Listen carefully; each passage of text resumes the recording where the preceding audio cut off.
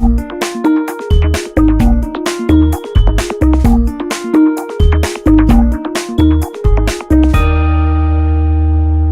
to Frequency Matters, the RF and Microwave Update. I'm Pat Hindle, and I'm here with my co-host, Gary Lerude. This is our annual holiday episode, so welcome to that. And we're wearing our now traditional Smith chart embroidered Santa hats.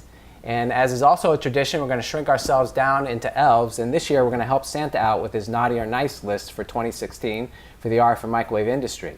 Let's get going. Whoa, that's always a weird feeling, getting shrunk down. Yeah, How are we going to drink our coffee now?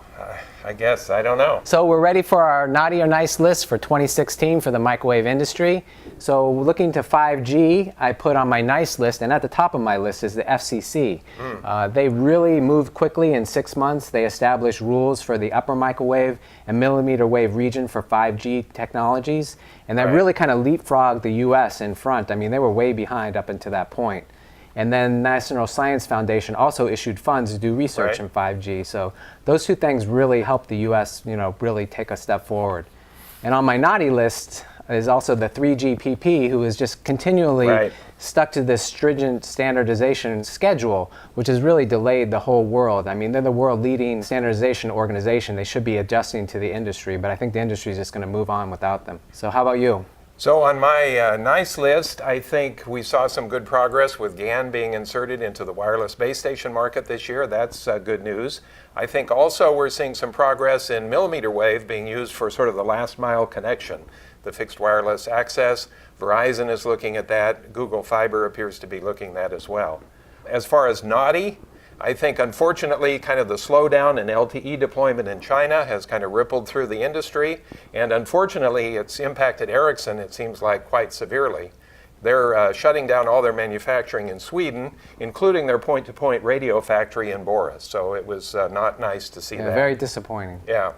So for IoT area, I really put on my nice list the progress we've made in driverless and also connected cars. Right. So the auto industry, which has traditionally been very slow to adapt technology because of the long design cycles, has really been moving along. The OEMs have been doing trials this year. We have the likes of Google and even Uber jumping into it now, and Tesla just pushing that technology forward. So I really like that.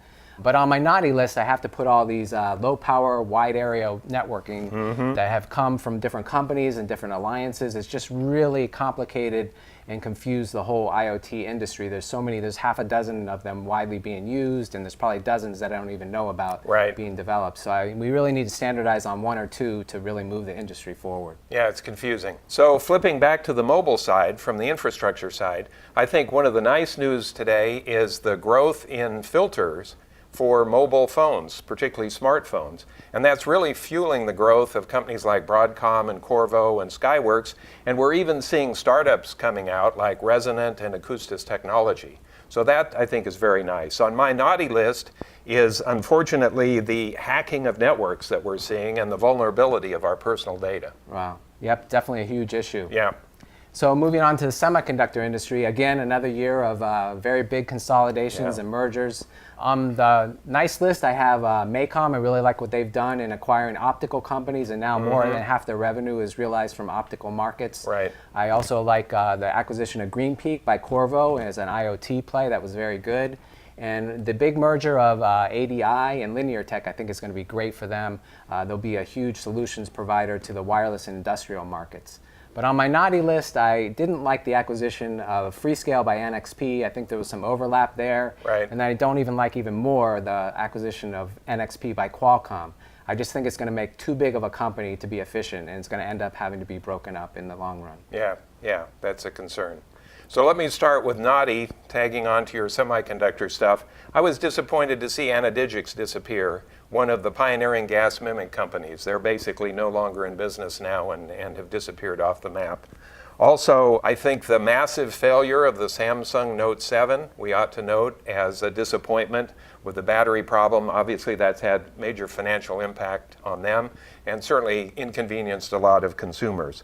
Flipping now to the nice side on the semiconductor side, on my list would be the continuing evolution of SiGe and CMOS technology, particularly going into millimeter wave, where we're seeing a lot more integration and application. And it's actually enabling things like automotive radar at 77 gigahertz. Yeah, definitely. So then on the space market, I wanted to move on to that. The success of the reusable rockets for lowering the cost of satellite launches is on my nice list. Great progress made by SpaceX and Blue Origin. Yes.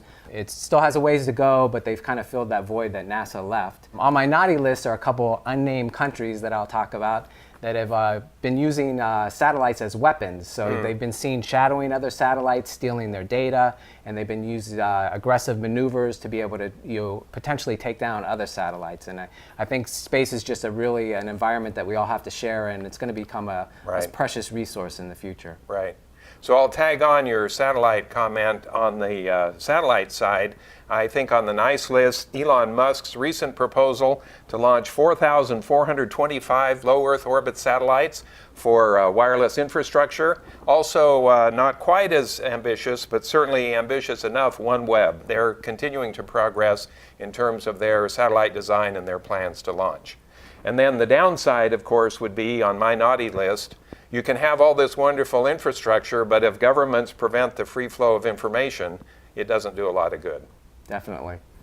And so I thought we'd end up with just a couple of trends we've seen coming out of this year going into next year. And one that I saw is certainly the drone market has just proliferated, especially in the commercial space, caused a lot of security concerns. And the microwave companies have responded with that, with drone detection and location systems. I think the first one I saw was very early this year by Aronia. And then recently I've seen at events, ones from Keysight and Rohde & Schwartz.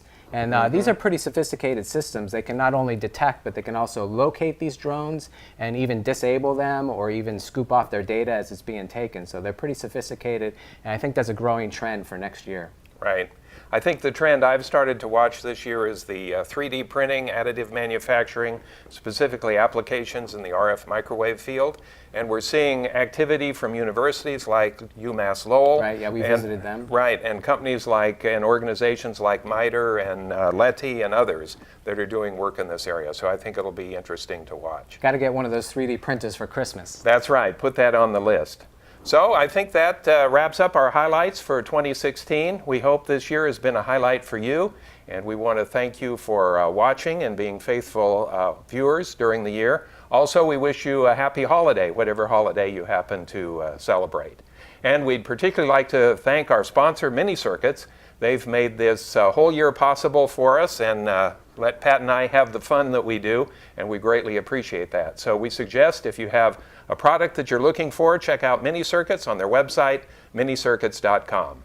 Thank you. Happy holidays.